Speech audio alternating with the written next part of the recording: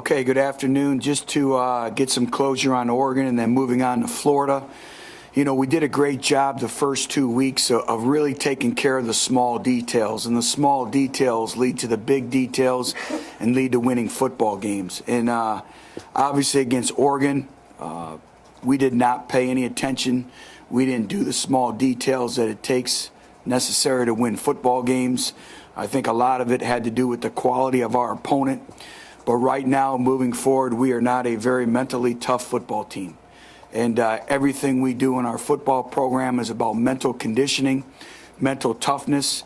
And when you go on the road, you have to have a road focus about yourself. And I thought that, you know, the game became fast. We suffered some adversity, and we had some individuals make some uncharacteristic mistakes and mental errors. And to go on the road and play in these types of environments against the quality opponents, not only Oregon, but as we continue to progress and move forward throughout the season, you know, our mental toughness, our mental conditioning has to take monumental steps forward. You know, we didn't do the small details to winning. We gave up 72 yards and lost leverage on defense. We had way too many mental errors, probably the most. I've talked about eye discipline. You've probably are sick and tired of hearing me talk about see a little, see a lot, but I think this game really exposed it. Lack of discipline with our eyes, staring in the backfield, individuals coming off on man coverage, not doing their job, just way too sloppy. 16 missed tackles.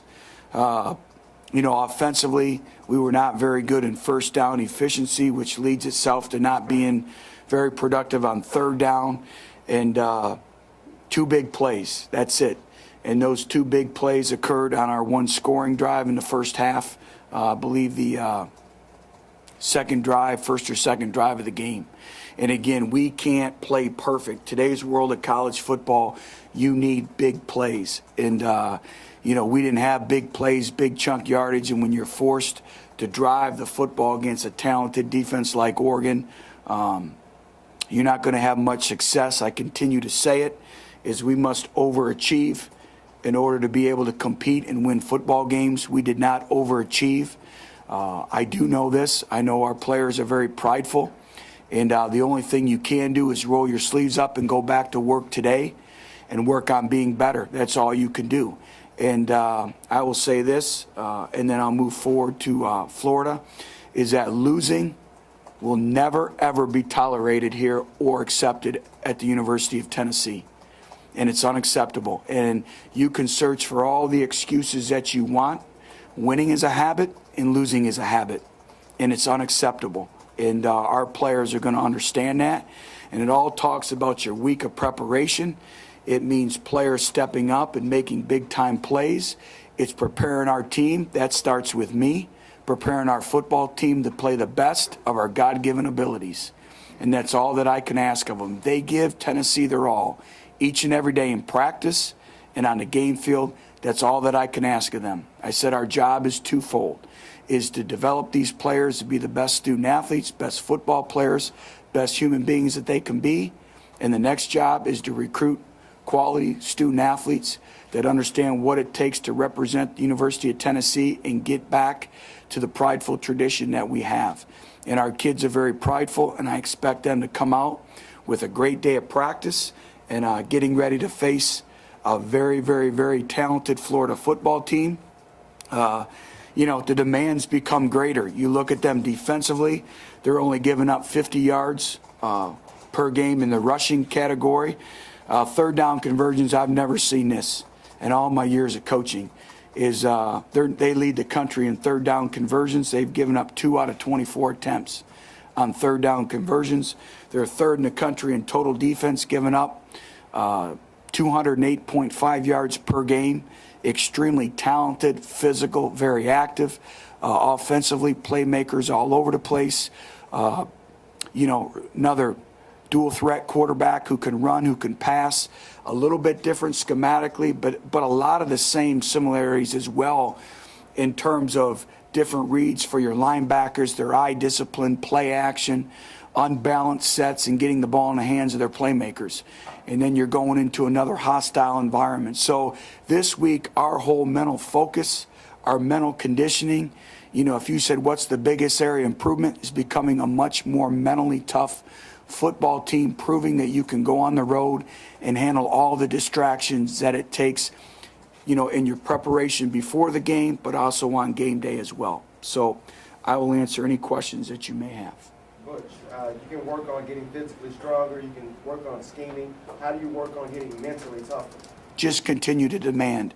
And everything in our football program is based off of mental conditioning, mental toughness. I think if you look at our body of work, of every place that we've left, they've been a mentally tough football team.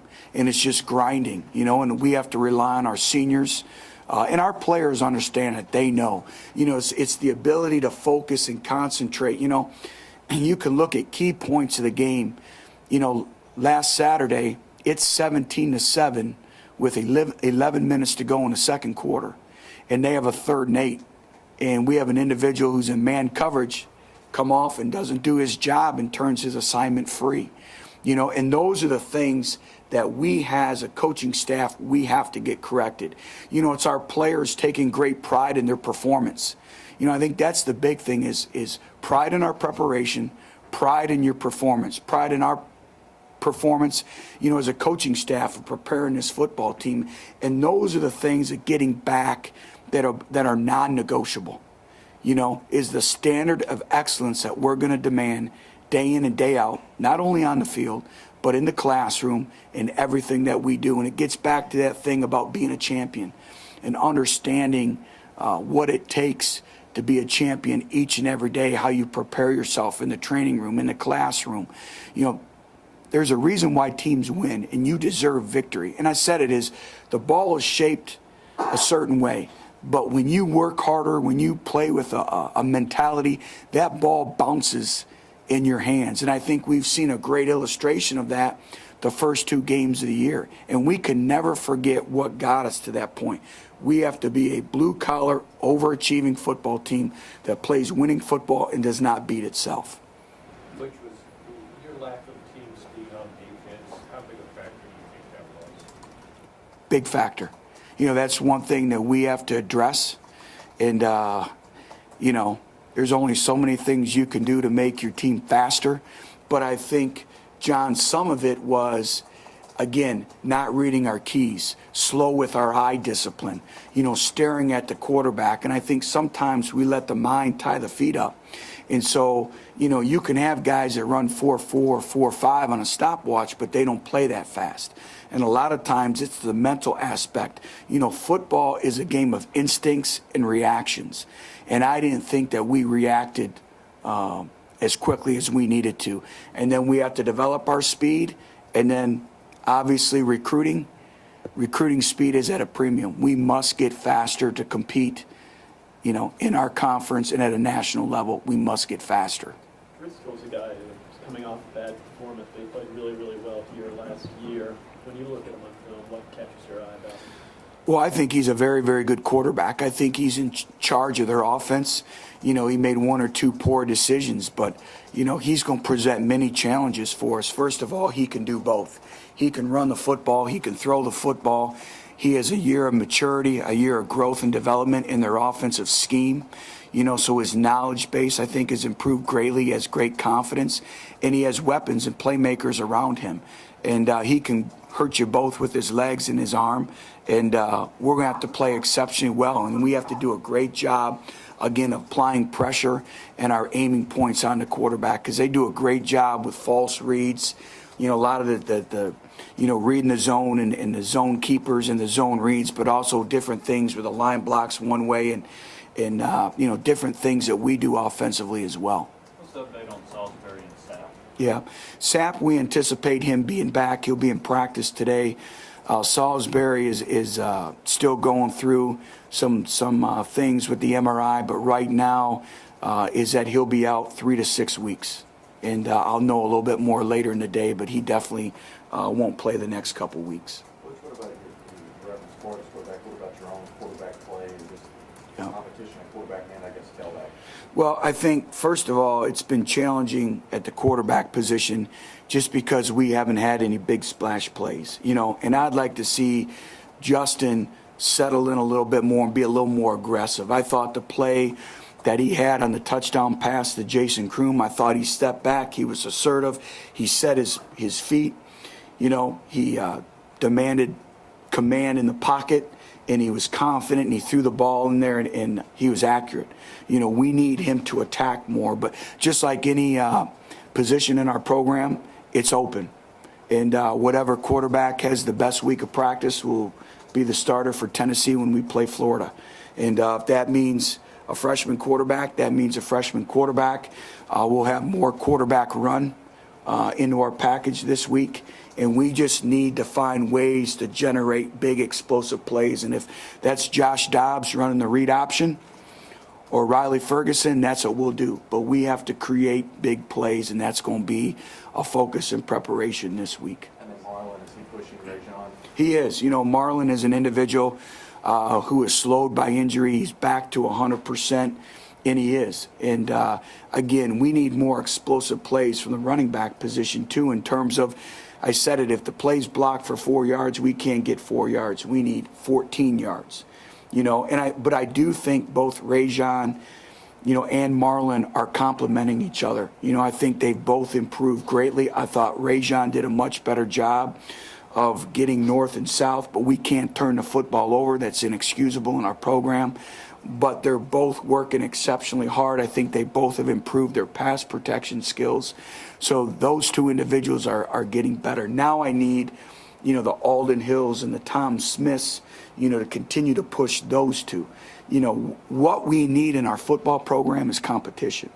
Competition is the greatest motivator of all. And I thought Tom Smith did some really good things at the end of the game, and so did Alden Hill, and we're going to start to rely on them more as well. Marquez North, does he need to take another step to Yes. be a reliable playmaker? Yeah, Marquez is going through that transformation of a true freshman.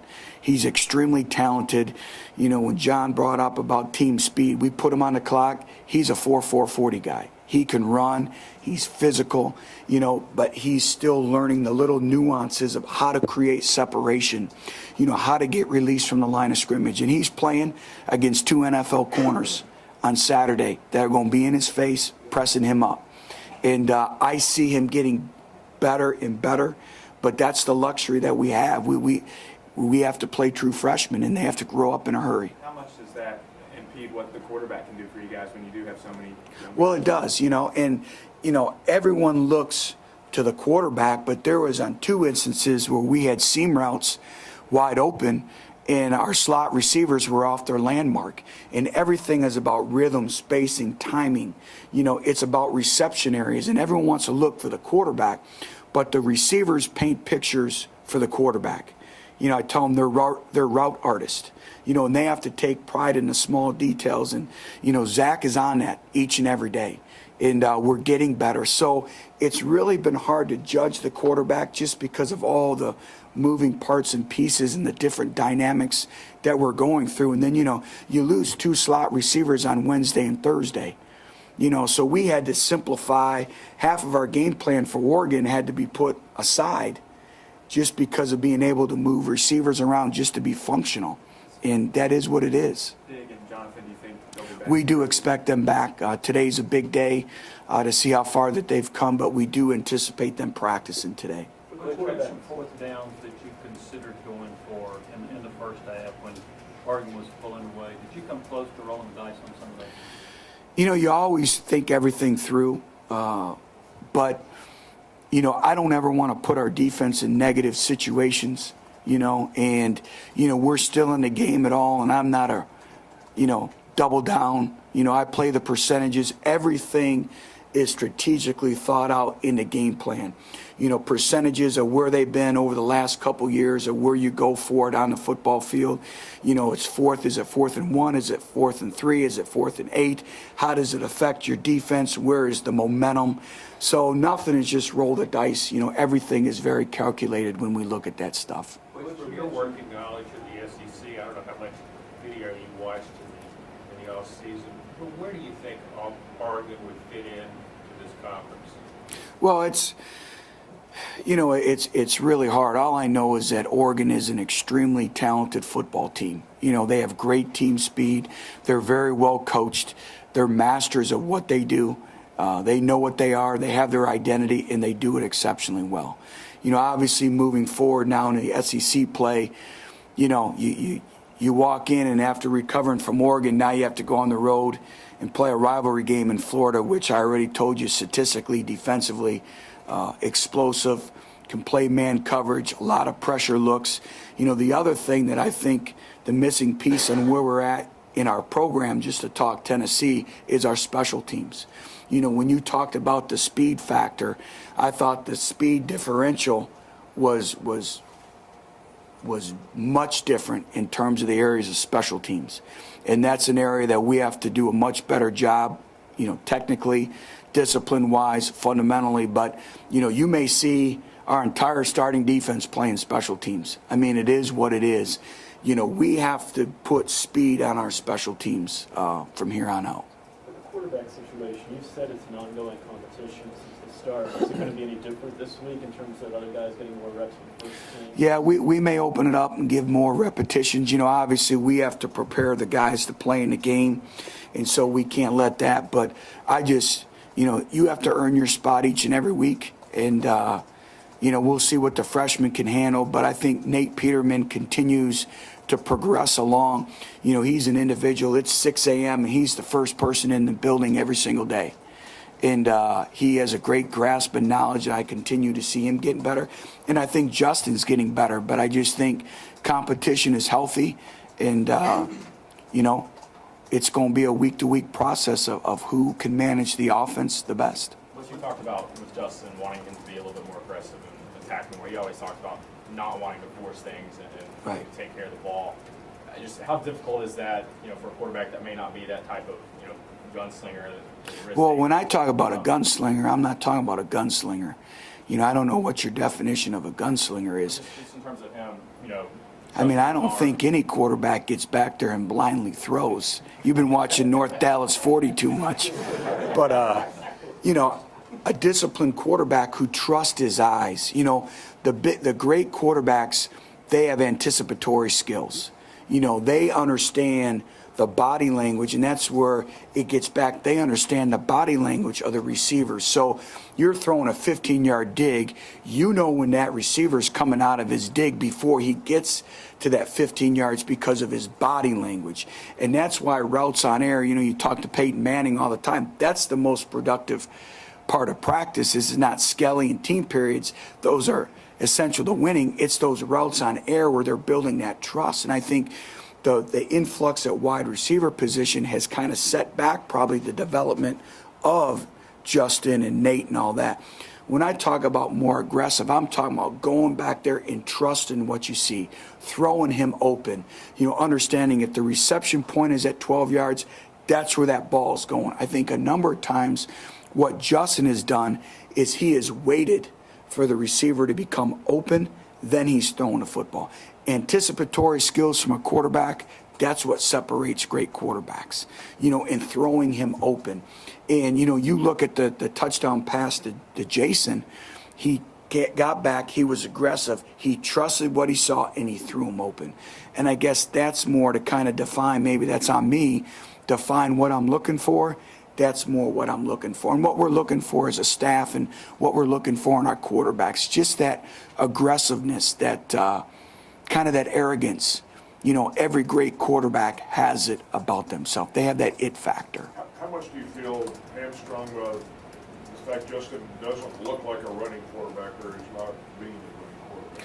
Well, you know, we would like to be able to create plays with our legs a little bit, and I think that's why, you know, you're going to see the open competition with Dobbs and Riley Ferguson this week. And, you know, again, it's trying to find ways to create plays, you know, but Justin still, you know, Justin has a knack to create plays with his legs. And when I'm talking about creating a play, it may be 3rd and 4 and he gets 5 yards. That's the equivalent of a 40-yard run by a quarterback. It's keeping plays alive. And I think that comes with experience, you know, and you only gain that through practice and in-game experiences. So I think more command of feeling the pocket break down and being able to get you 4 or 5 yards at a time. Butch, does he have the luxury in his zone and stuff to pull it at any time? Yes. Or do you take that out of He has the luxury to pull it. He's not- And he's not done it the last 2 you saw in the first 2 games he pulled some, especially in the first game.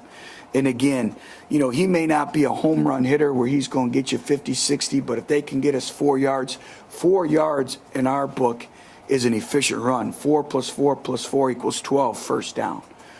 So we're just looking for our quarterbacks just to be efficient enough in the run game. You look at last year with Brandon Kay in our offense, he's a drop back passer, but he was able to create plays with his legs down the stretch to help us win a championship.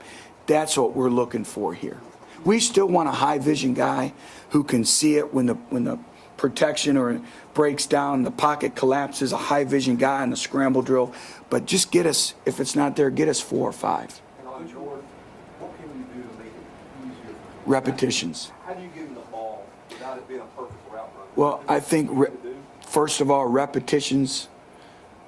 Repetition is the mother of all learning, just over and over and over again. Just constantly force feeding him, maybe get him some quick touches, but what's happened is we've seen so much press that they've kind of taken that away. We did throw him a middle screen. Now the next evolution is once he gets the middle screen, at the collegiate level, you're not going to beat everyone running east and west. Put your foot in the ground and get north and south. And those are all things that freshmen go through. There's a learning curve. Butch, were you disappointed in the play of the offensive line in Oregon, or do you think that they're not getting enough help maybe from the running backs or the passing game? Well, I think first of all, we had 0 negative yards rushing the football. When we talk about when we run the football, we can't have negative yardage football plays in our offense. Would I have liked to have been able to run the ball a little bit more efficiently and effectively? Absolutely.